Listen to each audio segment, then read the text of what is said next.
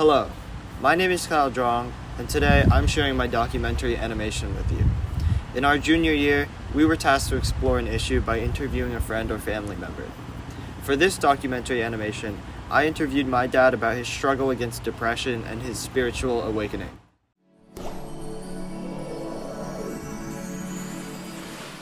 Sometimes you reach a point where things have gone really well and you're like, I still don't feel good. There's this deep existential dread deep in my heart.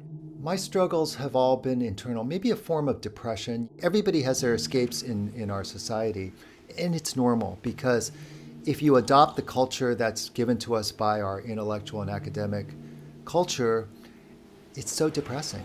And so people act out in all sorts of ways to try to figure out, oh my gosh, well, maybe I need to start living in a different way. And I started doing 2 meditative practices. Self-inquiry is a practice where you try to be in a thoughtless state and you try to identify what you really are. Surrender is a practice where you ignore all your thoughts and you see if you can function. And they sound so simple, but you just have to try it. And you start feeling this peace, a deep peace in your heart.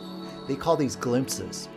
And if you do them enough, then you may find your brain's default state may flip from always being in self-absorbed thoughts to that sort of being in the zone. So this flip happened to me on the morning of Thanksgiving. My mind, I think at that point made a realization that said, every thought I have, I somehow always connect to me in relation to me. It's all so self-absorbed. But every thought, like a chair, a table, I'm always thinking of these things in somehow they're tied to how they affect me. And I realized, wow, how crazy is that? Why am I so obsessed with myself?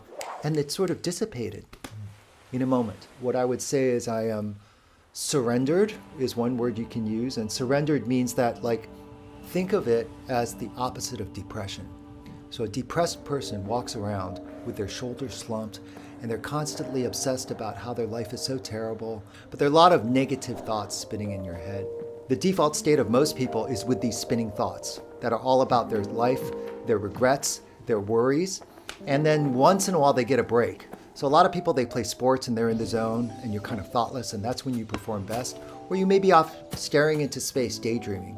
You are not suffering when you're daydreaming or you first wake up in the morning and there are no thoughts spinning in your head.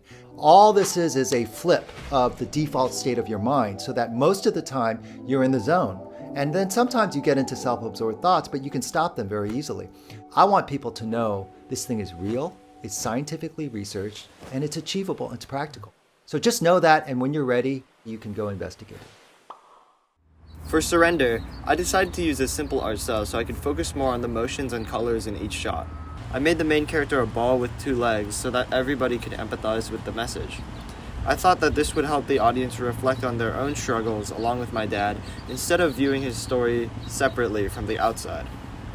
I wanted the animation to have a cozy feel, so I took inspiration from the work of animator Louis Zong. I used darker, colder colors for the parts in which the self-centered materialist mindset is being portrayed, and lighter, warmer ones for the enlightenment parts. For the wobbly letters, I traced over text using the pastel brush multiple times. The inconsistencies in each tracing create the wobble when you cycle between the frames. Thanks so much for taking the time to review my project. Have a good day.